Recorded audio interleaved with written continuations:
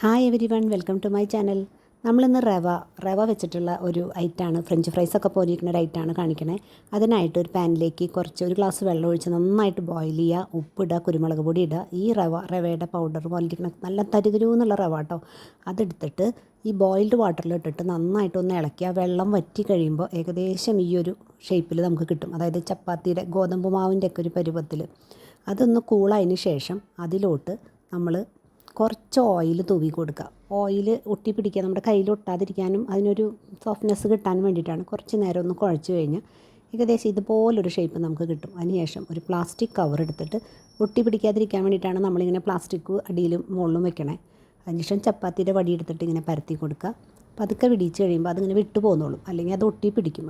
അത് ഇല്ലാതിരിക്കാൻ വേണ്ടിയിട്ടാണ് നമ്മൾ ഈ പ്ലാസ്റ്റിക്കിൻ്റെ കവർ വെച്ചിട്ട് കവർ ചെയ്തിരിക്കണേ. അതിൻ്റെ സൈഡൊക്കെ ഒന്ന് കത്തി വെച്ചിട്ട് കട്ട് ചെയ്ത് കൊടുക്കുക. അതിനുശേഷം നമ്മൾ ഈ ഫ്രഞ്ച് ഫ്രൈസ് മോഡലാണ് ഈ റവ വെച്ചിട്ട് ചെയ്യണേ. അപ്പോൾ അതിൻ്റെ ഒരു ഷേപ്പിലേക്ക് വേണ്ടിയിട്ട് കത്തി കൊണ്ട് കുഞ്ഞു പീസുകളാക്കിയിട്ട് കട്ട് ചെയ്യുക. അപ്പോഴാണ് നമുക്ക് ആ ഒരു ഷേപ്പ് കറക്റ്റായിട്ട് കിട്ടുക. കണ്ടു കഴിഞ്ഞാൽ പെട്ടെന്ന് ഫ്രഞ്ച് ഫ്രൈസ് തന്നെയാണെന്നാണ് എല്ലാവരും പറയുള്ളൂ. അതേ കറക്റ്റ് ഷേപ്പിൽ നമുക്ക് അതുപോലെ തന്നെ കിട്ടും. ഇത്രയും കൂടി നല്ല ടേസ്റ്റാണിത് കഴിക്കാൻ. അതിനുശേഷം നമ്മളിതിനൊക്കെ ഒന്ന് അടർത്തിയെടുത്തതിന് ശേഷം നമുക്ക് ഒരു ഓയിലെടുത്ത് നമ്മൾ ഏകദേശം കണ്ടില്ലേ ഇങ്ങനെ വിടിയിച്ചിടുക. അതിനുശേഷം നമ്മളൊരു പാൻ വീണ്ടും എടുക്കുക, അതിലേക്ക് ഓയിൽ ഒഴിക്കുക. നന്നായി തിളച്ചതിന് ശേഷം ഒന്ന് നന്നായി ചൂടായതിന് ശേഷം ഇത് ഓരോരോ പീസുകളാക്കിയിട്ട് നമ്മൾ ഇങ്ങനെ എണ്ണയിലോട്ട് ഇടുക.